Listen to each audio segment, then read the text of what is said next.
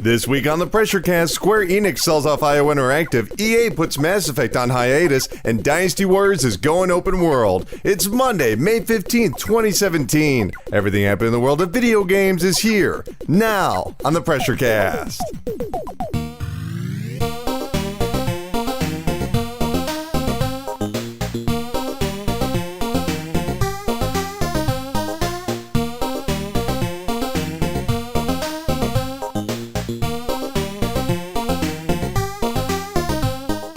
Hey, Pressure Pals, welcome to the 181st episode of the PRESSURECAST, VideoGamesAreDumb.com's weekly news panic that posts every single Monday on iTunes, Stitcher, YouTube, TuneIn Radio, Google Play Music, and America's longest-running independent newspaper at ShepherdExpress.com. My name is Colin Tanner, and I am caffeinated and ready to ramble to you about some gosh darn video games. Oh, I'm so mad about those video games.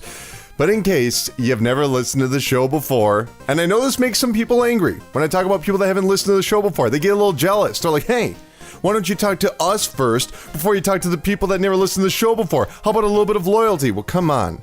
I'm not trying to play any favoritism. Just in case you've never listened to the show before, you might not know what's going on. But each week, the PRESSURECAST slices up the latest video game news, past, present, and future, and slices it up into several sensational segments and jams it right in your ears in 2 hours or less. If you want to contact the PRESSURECAST, it's easy. All you gotta do is email pressurecast@gmail.com. You can call or text 954-947-7377, or you can even tweet at VGADumb, or go to facebook.com/VGADumb and leave your question there, and they'll be read on air, and I'll respond to you, and we'll have a little bit of a correspondence. If you didn't catch all that, relax.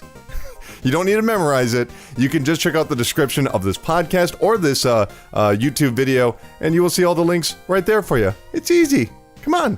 How simple was that? We have a lot to get to this week, and we're going to be doing something slightly different. See, in the PRESSURECAST, we like to start off by talking about all the latest video game news, right? Just about the video games. And then we move on to the financial and the business news within the video game industry. Then we go to Pocket Talk, we talk about the mobile news, and then we ended up with Strong History. We talk about all the anniversaries happening this upcoming week. But we're gonna try something a little unusual. We're not gonna start off with the hype train. No. We're gonna start off by going outside to a little place I know that's always warm with the glow of cold hard cash. That's right, it's time for the Chart Park, the land where money grows on trees. That's right, this week we're going to be starting off talking about all the legal, business, and financial news in the video game industry and find out which fat cats on Wall Street will tip their top hats to Lady Luck. We're going to be starting off with the biggest news story of the week. Earlier this week, publisher Square Enix announced plans to sell off the Hitman developer IO Interactive, ending a 17-year relationship between Eidos and IO. In case you don't know, Eidos is the company that puts out things like Tomb Raider. They put out Thief. They were bought out by Square Enix back in 2009, I want to say, and part of that purchase meant that they also own IO Interactive, the developers behind Hitman. Well, in a statement, Square Enix outlined its decision, stating, quote, and this is actually from Square Enix, this is why they're selling off IO Interactive, the makers and owners of Hitman. Here's what they say, quote, to maximize player satisfaction as well as a market potential going forward, we are focusing our resources and energies on key franchises and studios. What basically means that they do not view Hitman or IO as a key studio or a key franchise. We're going to go further into the quote now. As a result, the company has regrettably decided to withdraw business of IO Interactive, a wholly owned subsidiary and a Danish corporation, as of March 31st, 2017. In case you don't know, March 31st, 2017 is the end of the fiscal year, so there's probably a good reason. They looked at the finances and they said, nah, this ain't working out. As a result of this, the company started discussions with potential new investors and is currently in negotiation to secure this investment. Whilst there can be no guarantees that the negotiations will be concluded successfully, they're being explored since this is the best interest of all of our shareholders, the studio, and the industry as a whole. See, that's the part that really screws with me. End quote. That was the entire quote they put out. The industry as a whole. Like, really, this one sale is going to make all that difference. I don't know. But the sale will result in a $43 million loss for Square Enix because, of course, they're selling off a lot of assets. They're selling off games that they can still sell, such as, the original Hitman games on Steam, or, people buying the brand new Hitman, or, potential, some sort of some sort of licensing like they did with the Hitman movie. However, according to the video game news site GameStar.de, which is a German site, the Hitman series will live on, with IO Interactive retaining all of the rights to the franchise, and the second season of their episodic run is well into development. This might not be the biggest story for some people, but for me it is, because it's absolutely the most shocking. I mean, last year's Hitman was so well received, I just assumed it sold well. But it's really impossible to know that because, it was mostly a digital title. They were selling it one episode at a time, and it's not like they're going to release those numbers, so we don't really know. But I did look up some statistics on Steam Spy, which isn't 100% correct, but it's the best thing we've got. And yes, this only talks about the PC market, but according to Steam Spy, 673,141 copies were sold. Now, does that mean it was a single episode or the entire season? I don't know, because they can only see how many people own something that can play the game. But its peak was, around 673,000 copies. That's not very good. But what about consoles? Well, neither Sony or Microsoft will release specific numbers on digital sales, but according to VG charts, altogether, all the physical versions sold around 500,000 copies.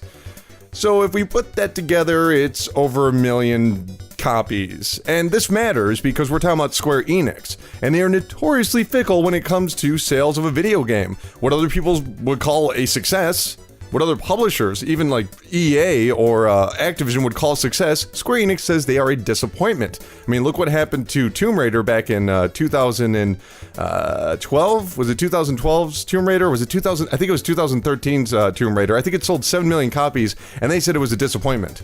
They have high expectations for all of their key franchises. But it appears Hitman, even outside of the view of Square Enix, really did disappoint in terms of sales, even though it was a critical darling. So I got to thinking, Hitman is up for sale, along with IO Interactive. They are a bundled package. And if Square Enix isn't going to have the company, who should own them? And I actually have a list of candidates. Right off the bat, I want to say, the number one company that should probably take a look at this is Microsoft. They've had some trouble this generation when it comes to creating compelling exclusive franchises. I mean, they've been doing a lot of really cool experiments like Scream Ride and Sunset Overdrive, but franchises are what sell consoles. And while they might have Gears of War, while they might have Halo, while they might have Forza, Hitman is sort of a thinking man's game.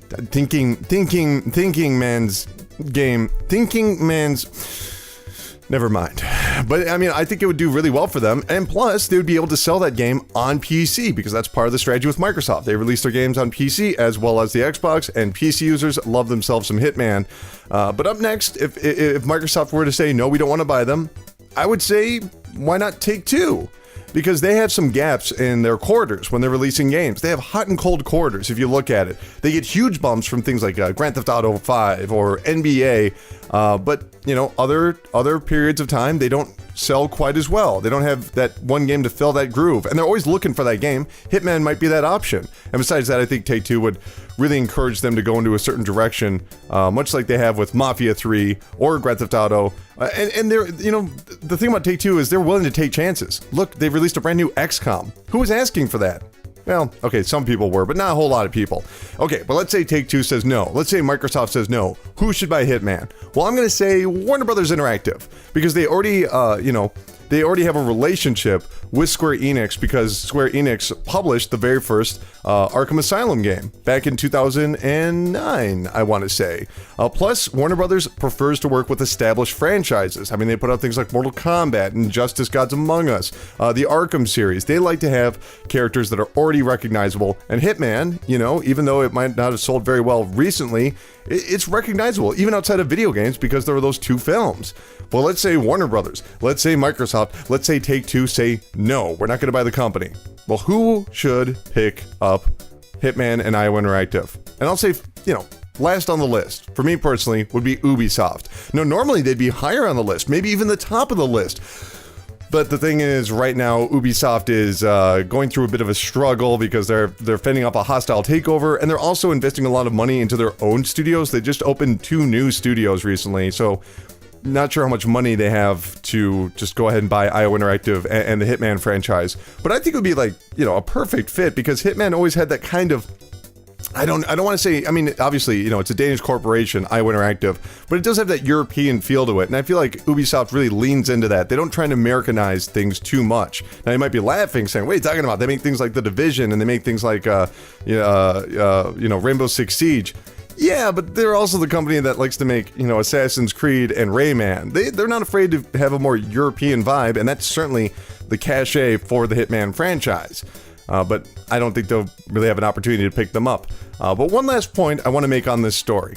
While I was researching all the information about this, I was going through old articles, and I was reading the comment sections about Hitman when it was released, when it was going episodic. And so many people were upset. They were like, oh my god, don't go episodic. Just give me the whole game at once. And you know what? I was just like them. I was extremely skeptical. But I went out and I got myself a copy of the game. And it's great. It's a fantastic game. But I kept seeing this comment over and over again. I kept seeing, maybe not even just this direct comment, but an overall sentiment that just said, vote with your wallet. Whatever you do, vote with your wallet. We need to tell Square Enix that we don't want episodic Hitman. We want it all at once, so vote with your wallets. Well, I mean, that's certainly, an interesting strategy, and it will definitely impact a company's perception of a certain franchise, but you cannot get a guaranteed reaction. They're not going to sit there and read through all the comments. Large publishers, especially Square Enix, rarely recognize an audience's protests. They just see low numbers. And that's sad, because last year's Hitman was arguably the best game in the series. But because all Square Enix saw were low numbers, it might be dead. It really might be. I mean, don't get me wrong, I think someone will likely pick up Hitman. But what if no one does? What if IO just falls by the wayside? I mean, they're already, neck deep into Season 2. Maybe we'll get that, maybe we won't. There are no guarantees when it comes to business. And especially with last year's sales, well, maybe it'll scare off more publishers. It's sad to say. But anyway, let's move on. Speaking of endangered franchises, Electronic Arts has put up their popular Mass Effect series onto hiatus. That was a weird way to phrase that, but I'm going to stick with it. The plans were revealed during the EA investor call, where CEO Andrew Wilson expressed confidence in the latest entry, stating, quote, and we're talking about Mass Effect Andromeda here, quote, while overall the aggregate review scores were lower than we would have liked, we did have over 100 reviewers score the game at 80 or higher. So it represents a fan base that's very passionate, that's looking for very particular things, and many players found exactly what they were looking for, and some players did not. You can add me on the list of people that did not find what they were looking for with Mass Effect Andromeda. However, Andromeda's developer BioWare Montreal will apparently be moving into a supporting role, no longer developing their own titles, with some team members transferring to the nearby EA Motive Studio, which is also in Montreal, to aid in the development of Battlefront 2. I gotta say, I'm not that surprised. A lot of people will point out all the weird glitches and facial animations in Andromeda, like, oh, what a bad game, look at this weird face animation.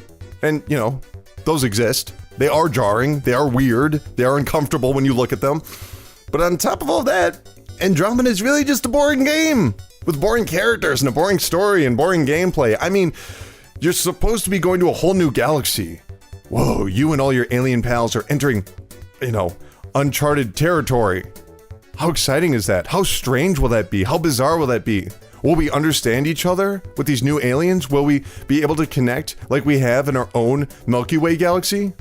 Yeah, we will. It'll be super easy. People won't even bat an eye. They'll be like, oh, you're from the Milky Way, that's cool.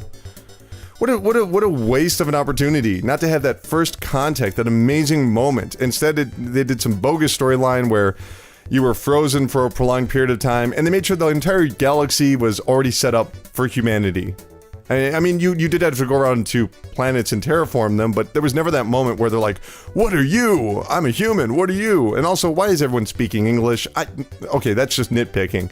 But it just looked like more Mass Effect, just worst. And frankly, I didn't think Andromeda was a good idea in the first place. I mean, the whole point of Mass Effect was having your choices matter and impact the following games, from Mass Effect 2 to Mass Effect 3, and it was meant to be this gigantic story that covered an entire generation. And as such, Mass Effect's identity is with that generation. So even though it's only been 5 years since Mass Effect 3, Mass Effect felt old. You couldn't just start up a new franchise. It was just a bad idea to begin with. That sucks.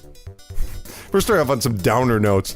Let's go to some fun stories. The global data company Nielsen Holdings has released its annual video game report. Each year, Nielsen surveys a group of 13 or older self-described gamers, non-gamers, as well as the general population to see which brands they are most aware of.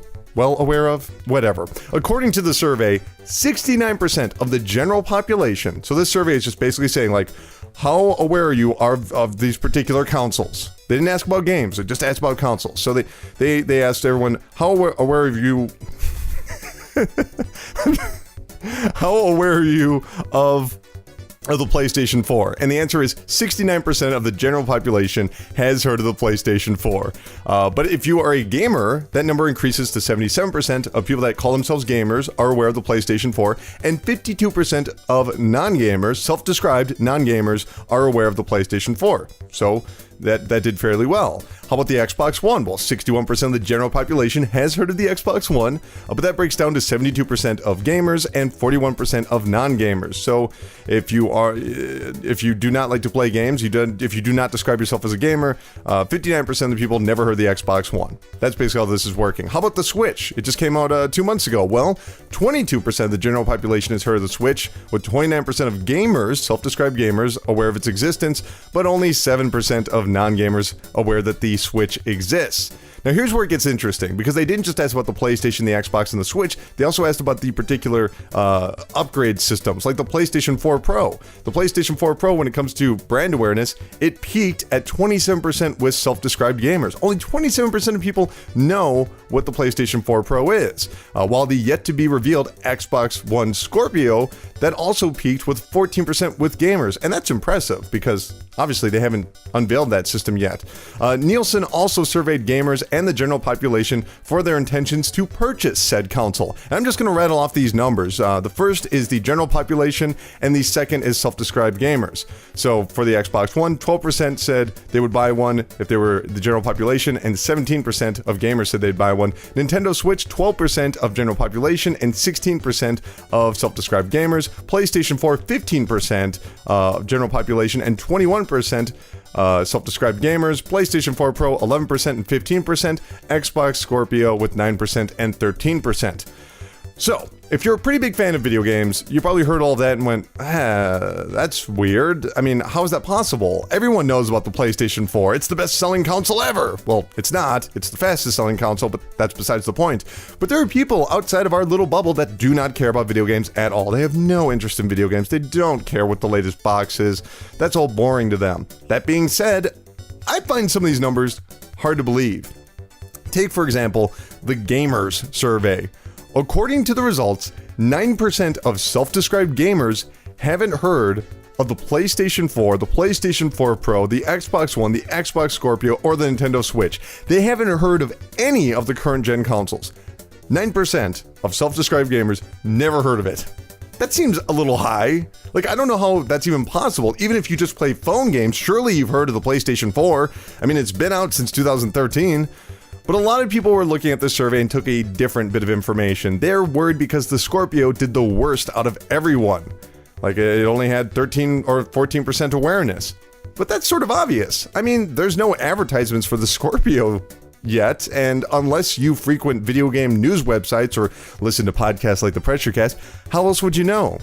So, all in all, it's an interesting survey. I just think it's a bit debatable. 9% of self-described gamers haven't heard of any consoles. I find that hard to believe. Even if you just play on PC, you know what's going on. Anyway, moving over to esports, 2 professional Tekken 7 players have been banned from the upcoming UK Championship. According to Bandai Namco, King J and C. Crizzle will not be allowed to participate due to an alleged intent to rig the contest. This is from Bandai Namco. Quote, the 2 players have been suspected of collusion in order to manipulate the results of the tournament, end quote. King J and C. Crizzle were quick to dispute Bandai Namco's claims, denying any wrongdoing. Worth pointing out, however, that these 2 had a match together, and even during the match itself, the commentators were confused. So, these 2 players, they're fighting against each other, and when one of them wins a match, right, you can hear one of the commentators go, "What? Whoa, he didn't even press a button for a good... I don't know." Like he's like, why did he do that? So yeah, it looks really shady. So I guess Tekken 7 is just a corrupt esport and everyone should ignore it, right? Well, not really. See, here's the thing. Esports are going through exactly what sports did back in the day. I mean, look at the earliest 20th century. Look at boxing. Look at baseball. Everything has a famous scandal. Soccer, football, everything has a famous scandal. But boxing is probably the most famous because it had the connections with organized crime. Plus, it's a lot easier to actually manipulate because it's just 2 guys. And, you know, esports are also just 2 individuals facing off against each other. But here's the thing. As esports creates more monetary incentives and sponsorships, that's going to encourage cheating. And these stories are going to happen. I mean, look what happened in Korea. Some people are actually serving jail time for trying to fix competitive StarCraft matches. It's serious business over there. So this is probably not going to be the last we're going to hear about cheating, but shame on you guys. You didn't fool anyone. And yet there's still people on their Facebook page that are defending them. Like, go and watch the video. It is, you can tell these 2 Tekken 7 players are up to no good. Anyway, moving on. Alchemy Labs. Owlchemy Labs. It's Alchemy, but spelled with owl. Really clever name. Well, they're the developers behind the popular VR titles Job Simulator and the recently released Rick and Morty Virtual Reality. Well, guess what? They've been purchased by Google. Despite the acquisition, business will likely proceed as usual. In a blog post, Alchemy Labs stated, quote, this means Alchemy will continue building high-quality VR content for platforms like HTC Vive, Oculus Touch, and PlayStation VR, end quote. Last year's Job Simulator was one of the most successful VR games to date, raking in over $3 million since it was released in April of 2016. You know, in case you've never played any of the Alchemy Lab games, they're incredibly silly. They're really funny games. And for the most part, you don't really need to concern yourself with objectives. You just screw around with your surroundings. Like, I'm sure you've seen this animated GIF where in Job Simulator, you can take any object in a room and put it into a copy machine, and it just like spits out the exact same object. It's really silly, it's stupid, and it's fun. You know, most of the time you're just making a mess is what you do in those games. But this is some of the most fun you'll have in VR. And that's actually what's funny is I think out of most VR developers, Alchemy is one of the few that actually understand what this technology should be right now. I'm not saying in the future, but what it needs to be right now, because everyone else is trying to adapt current genres to VR, you know, platformers, first-person shooters, shooting galleries, you know, Minecraft. They're just trying to take other things and just box it into VR. But when in reality, VR needs to create its own gameplay systems. And the best experiences right now have little to no urgency, which goes completely against modern game design. I mean, it's enough of a hassle to set up your camera, to set up your headset, to set up your controllers, and by the time you're in VR, you just want to relax. You don't actually want to, you know, run around or have to deal with a timer or anything. And that's why Batman VR was really good. It's because you mostly went around the Batcave and you know, just searched out for puzzles. There wasn't any sort of urgency. And Job Simulator has the edge on that because it has comedy. And comedy just makes everything more fun. So congratulations, Alchemy Labs. Google was probably very smart to purchase you. I say probably because you never know how things are going to shake out. Anyway, moving on. Good news if you own an Xbox One and a T-Mobile phone. The service provider is currently sending out month-long free trials for the upcoming Xbox Game Pass, which normally costs $10 per month. The codes will be sent out sometime this June, even though Microsoft has yet to announce a launch date for their Netflix-style service, which will have over 100 Xbox One and 360 games for download per month. You can just, you know, it's basically you just you can download all these games. It's like games with gold, but you have a lot of them. T-Mobile is currently the third most popular service provider in North America. I just thought that was worth pointing out. And that really is the whole story. But I think this is a good sign for the Xbox One Game Pass. Clearly, Microsoft has enough confidence in it to just give it away. And I know it sounds like a contradiction, but it's not. You know, Microsoft believes that once people try it, they'll want to keep it. You see this all the time with different services. I think Netflix used to have free trials. I think Hulu always has free trials. And so Microsoft is just following suit, saying, okay, you know what? Game Pass is a good enough deal that we're just going to give it away, and it'll work out. And I think that's really smart of them. As for when Game Pass will go live, I'm going to guess June this E3. I hope it is, because, I mean, that's when they're sending out the codes. Anyway, moving on. It appears the Nintendo Switch's success is paying on for Nvidia. The GPU manufacturer recently released its first quarter reports, highlighting $332 million in revenue solely from the Tegra processor, the same processor that's used in the Nintendo Switch. Worth noting, Tegra is not exclusive to the Switch, as it's also used in the Nvidia Shield platform. I've got to say, these numbers are really impressive. Keep in mind, this is the end of the first quarter, March 31st, right? Well, $332 million from that first quarter, and the Switch only launched on March 3rd. And I don't think that was all sales of the Shield tablet or the Shield TV or the Shield portable. I think that was mostly Switch sales. But it's also kind of funny to see Nvidia back in the console game, because the last time they had anything to do with consoles was the original Xbox. The original Xbox, which funny enough is the reason that's so difficult to emulate that console, because the architecture is just really tricky. Anyway, that's really the whole story. In more financial news, Sega has released their yearly financial report, so this is for the whole year, keep that in mind, and the news is real good for Sega. Operating income saw an increase of 67.5% with $261 million. Net sales for the year reached $3.24 billion. That's up 5.4% year on year, but this is Sega as a whole, so it's not just their games division. They do lots of things. I mean, I'm sure you've seen all the Sonic plushies out there, but despite an increased focus on digital content, Sega still sold over 10.28 million physical games over the past fiscal year, and so far this year is off to a strong start, with Persona 5 reaching 1.5 million shipped copies, though it's unclear how many of these units are from last September's Japanese launch. Sega is doing way better than I expected. Don't get me wrong, I love Yakuza, I love Persona, even though they're pretty niche properties. But I was thinking about it, and that's really the strength of Sega. They publish games that meet certain tastes. I mean, look at Hatsune Miku, Football Manager, Warhammer, Total War. None of these games have anything in common. But having a diverse catalog attracts a certain kind of loyalty. So even if the games themselves aren't popular, Sega's the leader in each of those categories, which is really smart business. There we go. Let's go over to Electronic Arts' financial year, I guess. Electronic Arts has released a new milestone with their recent annual report. In the last fiscal year, the company pulled in $1.53 billion in revenue. That's up 16% from the previous year. Net income fared far worse, with almost a 40% drop-off to $566 million. However, the net revenue jumped 10% to $4.8 billion, and that's a new record. Why does all of this matter? Well, it's because impressed investors drove EA's stock market to $109, shattering a new record for the company. So if you want to buy a single piece of EA stock, you're going to have to shell out $109. That's really impressive for a video game company. Highlights of the year include FIFA 17 bringing in 21 million players and Battlefield 1 pulling in 19 million players, with 33% of overall game purchases done digitally. Say what you will about EA. I know people hate EA. Maybe they hate Madden. Maybe they hate Peggle. But they are always a sure bet when it comes to investors. And here's the crazy part. Clearly, they've had failures over the last year. I mean, from all accounts, Titanfall 2, which is an amazing game, didn't sell that well. Which breaks my heart, but it just didn't. Now look at Plants vs. Zombies and Mirror's Edge. Those games completely flopped.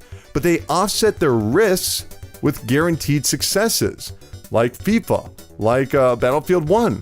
Plus, their games in general are pretty damn good. I mean, Battlefield 1, FIFA, Titanfall 2, EA actually had a great 2017. So don't get mad at that company. They do good work. Come on. Anyway, let's get an update on the recent hires and departures in this week's occupational roundup. I'm still working on the name, but here are the people that have left companies to join other companies and blah, blah, blah, blah, blah. John Schaefer, the lead designer of Civilization 5, has joined Paradox Development Studio, which makes sense because Civ is kind of like a tabletop game, and that's exactly the kind of game that Paradox produces. Dan Ayub, the head of Halo 4 and 5 developer 343 Industries, is leaving the studio. Yes, the head of 343 is leaving the studio, though he will remain within Microsoft, joining their mixed reality team with a focus on education. And I say good for him. He's been spending 8 years making Master Chief. He wants to move on and do something different. Who wouldn't want that after 8 years?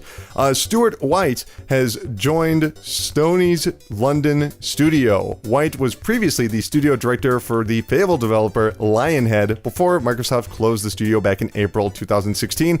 According to Stuart, Sony London will continue development on VR projects.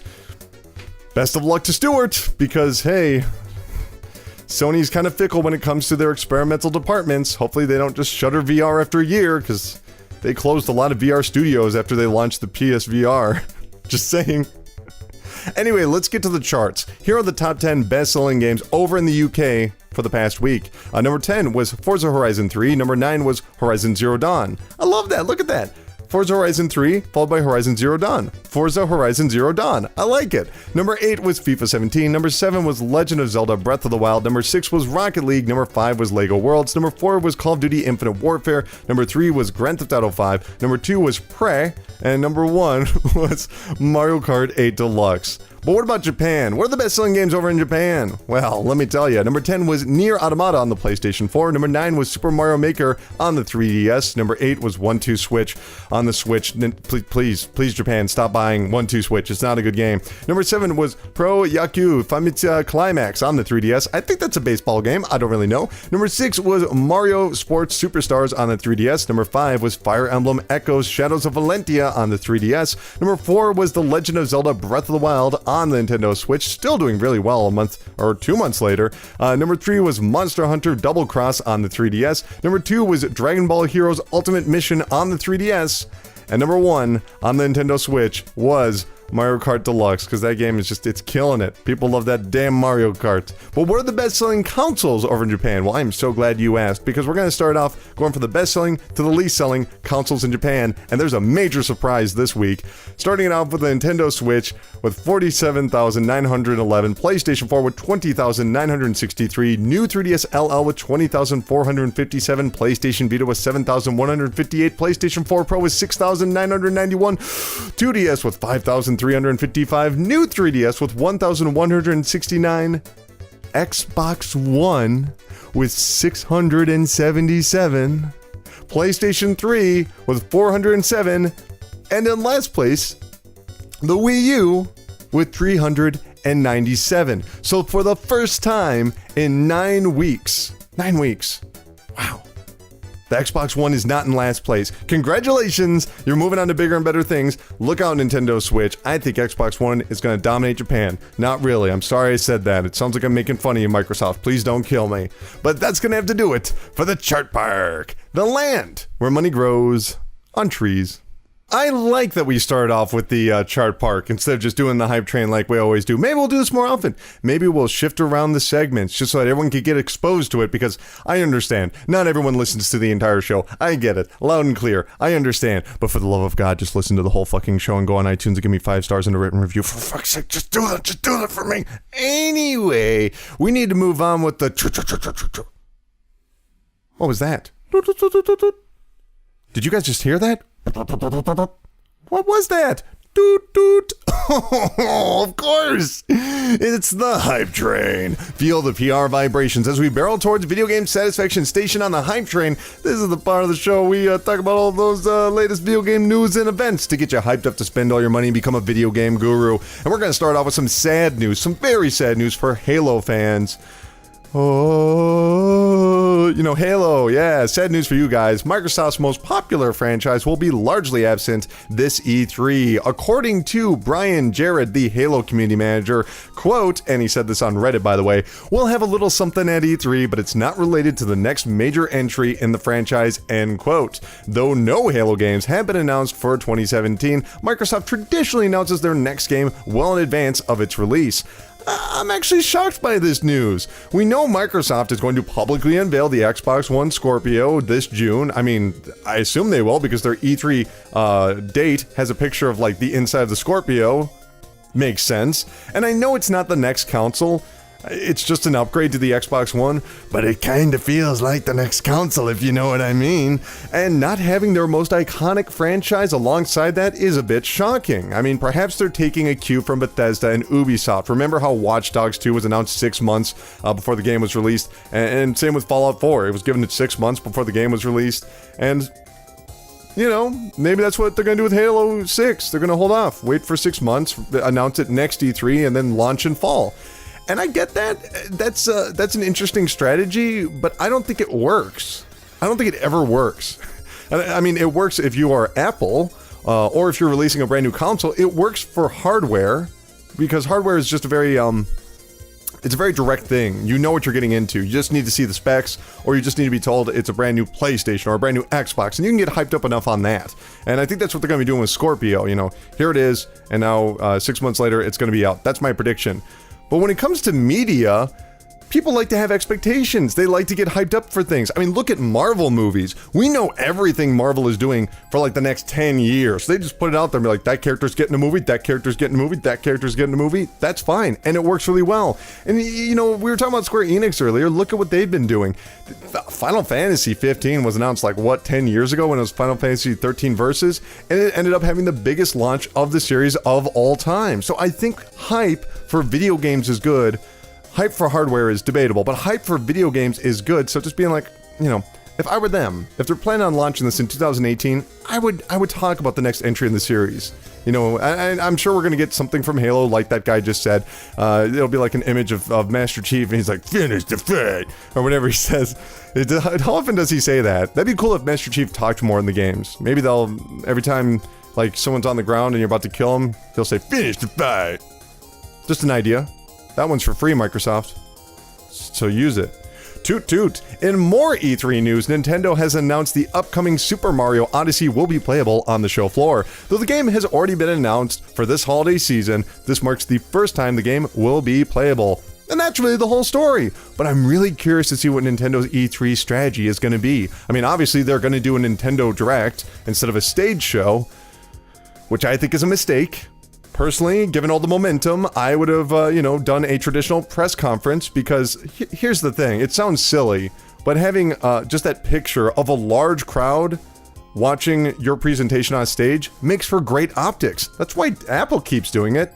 They don't need to hold these Apple events. They could just, announce it on their storefront. But they keep doing those Apple events because it creates anticipation, it creates excitement, it makes everything feel like an event. I mean, it also just says that you're confident about what you're putting out. That's why Sony and Microsoft still do it. You think they still have to? No, but it's just good. It's a good way to relate and talk to your fans, because they want to have that special moment. But Nintendo's not going to do that, and that sucks. But I'm really curious to see what their floor presence is going to be, because they're still going to have a floor presence at E3. And last year, the only game that they had was Zelda Breath of the Wild. And that was a great game, but really strange for E3. So hopefully we'll have a more diverse lineup for the Switch on that show floor beyond Super Mario Odyssey. Hopefully we'll see more Xenoblade Chronicles 2, maybe something on Fire Emblem, or better yet, something we haven't even heard of yet. Like maybe a new WarioWare. Just put that out there. Just put that out there for Nintendo. Maybe a multiplayer WarioWare online. Can you imagine playing WarioWare because you have 2 controllers built into the Switch? Whatever. Nobody cares. Nobody cares but me. I understand. Ooh, maybe a new Rhythm Heaven. Ooh, I'd like that. That'd be so cool. Anyway, toot toot. Speaking of Nintendo, we have more details on Splatoon 2. In the original Wii U version of Splatoon, maps were rotated every 4 hours, with only 2 maps playable during that time. Unlike something like Titanfall or Call of Duty, where you vote on a map, they just automatically rotate every 4 hours. However, the upcoming sequel on the Switch will stick to the same formula. However, the maps will rotate every 2 hours now, buddy. Isn't that nice? Every 2 hours. You don't gotta wait 4 hours anymore. Despite being well received, the original Splatoon did receive some knocks for the sluggish map rotation, which is sad. So I understand some people are already disappointed by this news because to them it makes no sense, but it makes sense to me. Splatoon's map rotation is a weird, quirky thing, but there is a rationale behind it. In case you don't know, Mario Kart 8 Deluxe was released last week. I know that sounds like I'm going off course here, but stick with me. Last week, Mario Kart 8 Deluxe was released, which of course is a re-release of the Wii U game, and I will tell you, you could really tell who played the Wii U version and who was brand new to Mario Kart 8. Like, there was a clear gap between people that used shortcuts and people who didn't. Now, obviously, the game has, a bunch of items like blue shells and red shells, and mostly shells and lightning and the inking thing, just to balance the game, right? But I can't even imagine how frustrating that must have been for new players, to keep falling off of the course or to keep missing jumps. It must have been so frustrating. And that's the philosophy that Nintendo likes to use when it comes to something like Splatoon. It's a third-person shooter, but just like Mario Kart, it's meant to be accessible. But of course, they don't have, items like they do in Mario Kart, so they have to give you a different advantage. And if you play enough third-person and first-person shooters, you know it is important to memorize your map locations. But it's difficult to memorize maps. You're going from one spot to the next. Everyone's voting for one map. You want to check out a different map. But by only having 2 maps available for 2 hours at a time, you're going to get to know the ins and outs and the high ground. And if Splatoon 1 is any indication, these maps are going to be complex. So it'll just make it easier for everyone. Does that make sense? Let me know if you agree with me. I don't know. Toot toot. Moving over to Sony news, Dynasty Warriors 9 has been officially announced for the PlayStation 4. Unlike previous entries, which were based around timed levels, this sequel will feature a full-fledged open world. That's right, they're going open world, and it's going to have locations such as deserts, forests, mountains, and snow-covered landscapes. Oh, I love those snow-covered landscapes. According to the Japanese publication Famitsu, the game will, quote, feature a, higher degree of difficulty, end quote. So look for a little bit more challenge here. Probably a bit of a throwback to Dynasty Warriors 4, I'm guessing. No release date has been given, though development is only 40% done, so don't expect it anytime soon.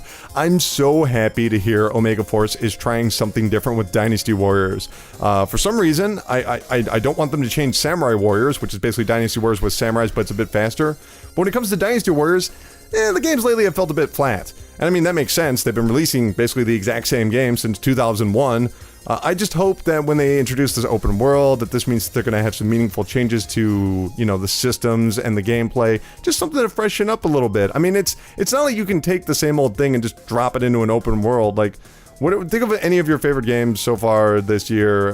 Like Bayonetta. I love Bayonetta. If they just took Bayonetta and dropped it into an open world, it wouldn't be that good. Well, maybe it would be, but no, it wouldn't be. You've got to actually change the way the game plays. So I hope that Omega Force can deliver that. Anyway, toot toot. Lastly, in PlayStation news, the upcoming 3D fighter Absolver has a release date. Slow Clap, the developer, has revealed the game will launch on the PlayStation 4 and PC on August 28th. Unlike most fighting games, players will be able to customize their moveset with an emphasis on timing, physics, and combos. I'm really rooting for this game. It's a bunch of ex-Ubisoft employees who actually left Ubisoft. They left the security of AAA development, where they could have just stayed there for their entire career. They left to make their own thing. And that clearly takes a lot of passion and confidence.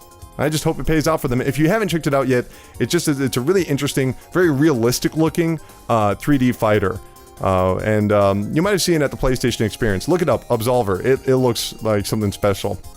Anyway, toot toot. Moving on to the third party, it appears yet another Assassin's Creed game has been leaked prior to the announcement. A new image was shown on the internet earlier this week, and it appears to be an Egyptian location, which matches the long-standing rumors. In the screenshot, a character is seen rowing a small sailboat near a desert location. According to the leak, the game's title will be Assassin's Creed Origins, and launch this fall. What a boring name. I hope that's not true. Assassin's Creed Origins?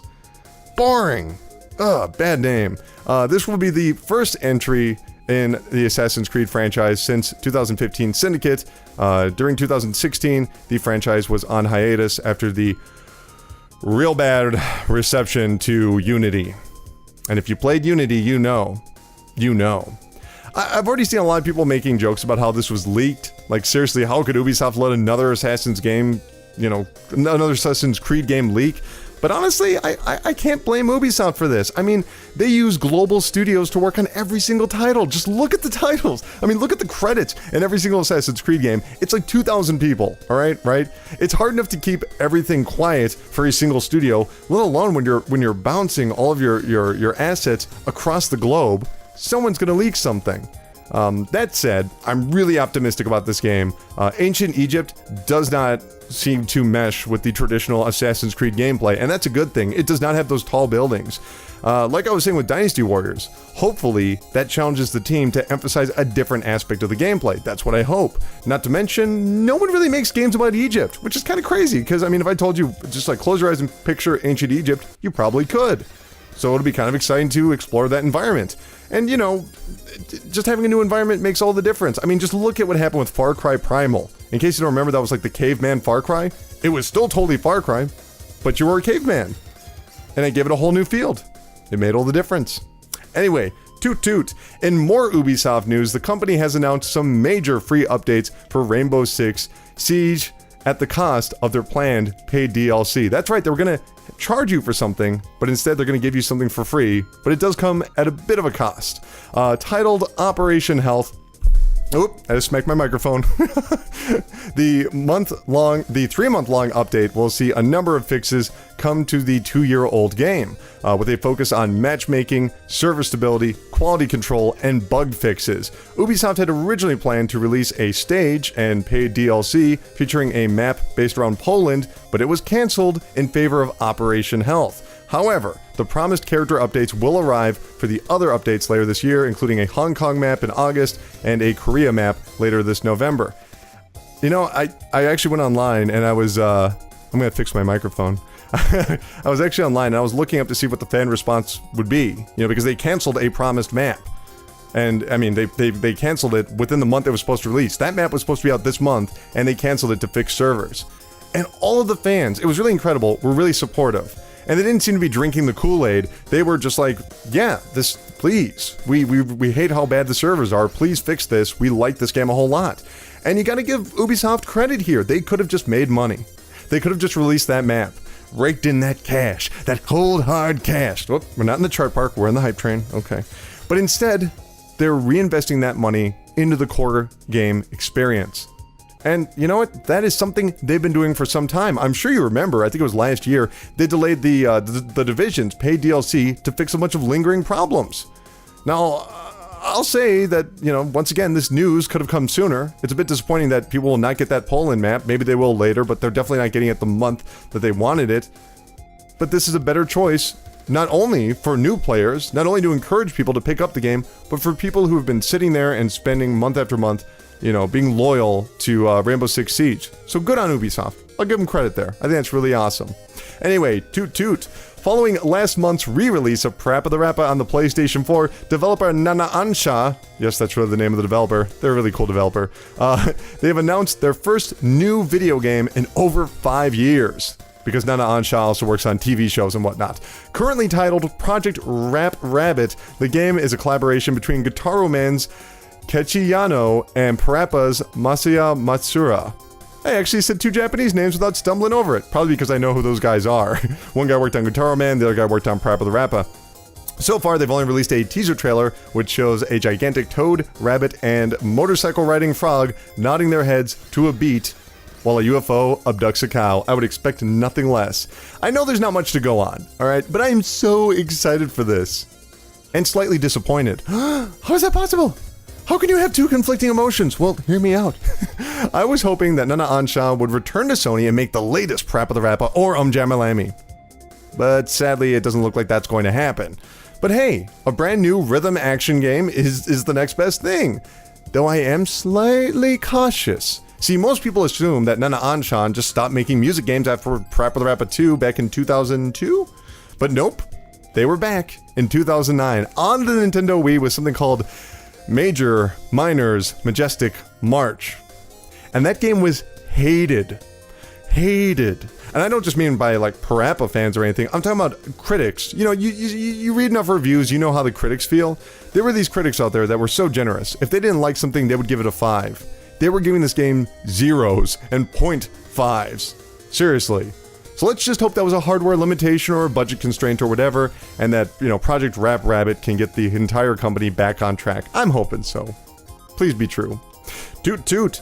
Yes, we've got more Bioware news, and this is arguably worse. During the previously mentioned EA investor call, CEO Andrew Wilson announced Bioware's next game has been delayed. Quote, and this is from Andrew Wilson, quote, "The game is built around a live service, and to upgrade our process, we've decided to add more to the disruptive new social design for our players." I don't know what any of that shit means, except that there's probably going to be an always online element. To accommodate that, we're moving our launch date for this project into fiscal 19, which basically means 2019. It's not coming out next year, which is a real bummer.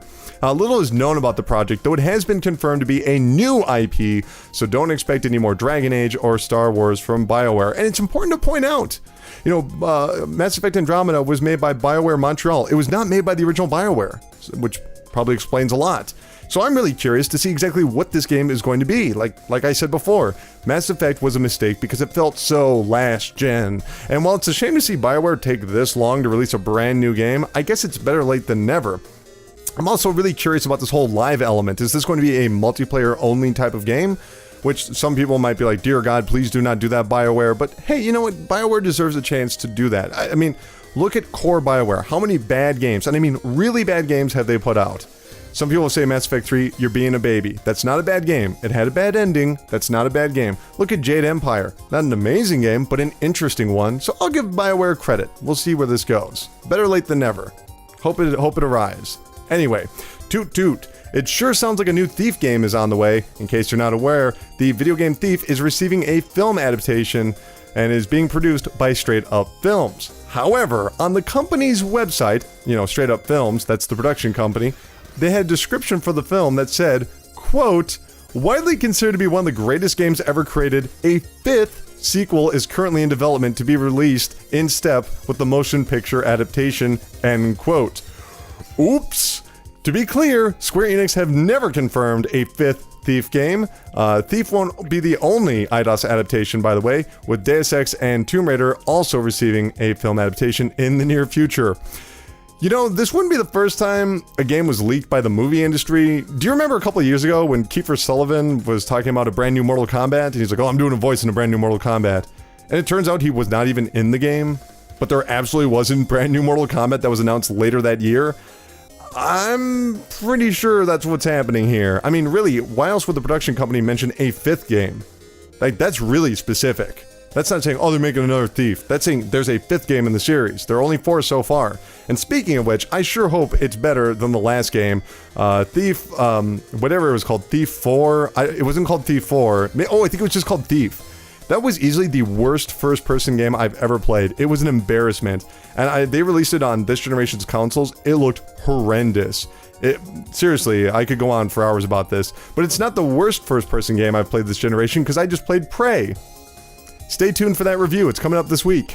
Toot toot. And lastly, before we get to this week's games, Sega has followed the surprise release of Bayonetta on PC with another beloved last-gen title. Platinum Games' third-person, fast-paced shooter, Vanquish, has come to PC. Or it will. It will arrive on Steam on May 25th. Unlike the original console version, this version will go well beyond 30 frames per second with an unlocked frame rate. Vanquish received mostly positive reviews when it launched back in 2010, receiving an 84 on Metacritic. It is so cool to see this game getting a second chance. And I know it wasn't very popular when it was released. Maybe it was. I don't believe it was. But I'm confident this game is going to be right at home on a mouse and keyboard. But this makes me wonder, is Sega testing the waters for future PC ports? And if so, will we see other games like maybe Persona 5? Yakuza? End up on Steam at some point in the future? It makes sense. It's not like the PC market is very strong in Japan, so it's not like they're competing with PlayStation directly there. And, it could expose Sega's quirky titles to a wider audience. Not to mention that they release a lot of PC titles through Creative Assembly, things like Total Warhammer and stuff like that. They just released Total Warhammer. Seriously though, if they were to release Yakuza 0 on Steam, I bet you that game would be a hit. It's just so weird. It's almost like an organized version of Gary's mod. It's a really fun game. Anyway, toot toot. Here are the games that are going to be coming out this week on digital and retail shelves. On Monday, The Surge will be on the Xbox One, PlayStation 4, and PC. On Tuesday, Akiba's Beat, the sequel to Akiba's Strip, will be out on PlayStation 4 and Vita. Roke will be out on PC. Roke! That's coming to PC this Tuesday. Injustice 2 will be on the PlayStation 4 and Xbox One. PlayStation VR game Farpoint will be on the PlayStation 4. Operation Babel New Tokyo Legacy will be out on the Vita. Hakuki Kyoto Winds will be out on the Vita. Cooking Mama Sweet Shop will be out on the 3DS. Seasons After Fall will be on the PlayStation 4 and Xbox One. And then on Wednesday, Bokita Heartfelt Reunion will be on the PC, and on Friday, this is a really busy Friday by the way, Fire Emblem Echoes Shadows of Valentia will be on the 3DS. This is like an RPG version of Fire Emblem, originally launched on the Famicom, now coming to the 3DS. It looks really interesting. Endless Space 2 will arrive on PC. Skylar and Plux Adventure on Clover Island will be on the PlayStation 4, Xbox One, and PC. And lastly, Mayan Death Robots will be out on the Xbox One. Beep, beep. That's going to do it for the hype train. We're not going to do Pocket Talk this week. There's just no stories about mobile. There was one about Gear VR. That was it. So instead, we're going to take a look back at the week that was, 10 years ago and beyond, for this upcoming week, and a little something we like to call Strong History. 14 years ago this week, and let me be honest with you, this is going to be a slower week. May is not a time when video games normally come out, but I found some interesting tidbits about all the games that I put on the list this week. So 14 years ago, on the GameCube, PS2, and PC, Enter the Matrix was released. Now, if you were paying attention back then, you probably already know the entire story about Enter the Matrix. But in case you don't, this was far more than a simple video game adaptation. See, The Matrix was like the biggest thing in the world. The sequel was coming out, which I already forget the name of, and the Wachowskis, the directors, insisted that the game be its own standalone parallel storyline to the film's events. They even shot exclusive scenes with the cast and put them in the game, with like all of the post-production that you saw in the film. It was really impressive, and the game's characters even appeared in the movie. It's very ambitious, but the game's sloppy controls and numerous glitches made it just another crappy licensed game. But the most shocking thing about this game is its director, Greg Richardson, only directed 2 games in his entire career: Enter the Matrix and Barbie and the 12 Dancing Princesses? Seriously, that's it. He's gone on to do more corporate things in EA and other companies, though one fun tidbit about him, he also helped Naughty Dog work on their very first game ever, Way of the Warrior, on the 3DO back in 1994. See? That was an interesting tidbit. Also 14 years ago, Bruce Lee Return of the Legend was released on the Game Boy Advance. You know, after the disastrous Bruce Lee game on the original Xbox, most people overlooked this hidden gem on the Game Boy Advance. It's pretty much your standard early 2000s platformer on the GBA, but it features a surprising amount of complex combat with customizable combos. It is a really cool little game. The game was designed by Louis Barriga. Louis Barriga. Let's go with that. He would actually go on to design Spider-Man 2 on the PSP before he left Vicarious Visions to join Blizzard Entertainment, where he is today, with his most recent designs being featured in the smash hit Overwatch. So you never know where some of these people are going to be going, you know? Everyone thinks crappy licensed games, they're go-nowhere developers. You might end up in Blizzard. You might end up working on Overwatch. That's kind of cool. 17 years ago, on the original PlayStation, Vagrant Story was launched. This is often cited as one of the best RPGs of all time, though it hardly gained a footing in the market when it was released back in 2000, being the 5th best-selling game of the month, which wasn't really that great. See, the problem was that back then there were loads of JRPGs on the PlayStation 1, and each one of them had dozens, if not hundreds of hours of gameplay. It also didn't help that Final Fantasy IX was only 2 months away, so many overlooked Vagrant Story. And that's a shame, because it's an amazing combination of third-person exploration and turn-based combat, where you could actually attack individual body parts of your enemies. It was super cool. Vagrant Story did have the last laugh, though, as it would later be revealed the game's world, which is called Ivalius? I want to say it's Avalias. I can't really remember. But that world was also the location for Final Fantasy XII and Final Fantasy Tactics. And when the director said that gave the game a much-needed second look by a wider audience. And now it's regarded as one of the best JRPGs of all time. Good for Vagrant Story. I still got my copy. Anyway, 19 years ago on the PlayStation, Guilty Gear, the original Guilty Gear, launched in Japan on the PlayStation. You know, it was the very first in the long-running fighting game franchise, but what's really interesting is that the creator, Ishiwatari, originally came up with the idea while working in a school. This is before he even got into the game industry. He's like, oh, this would be a really cool idea for a game.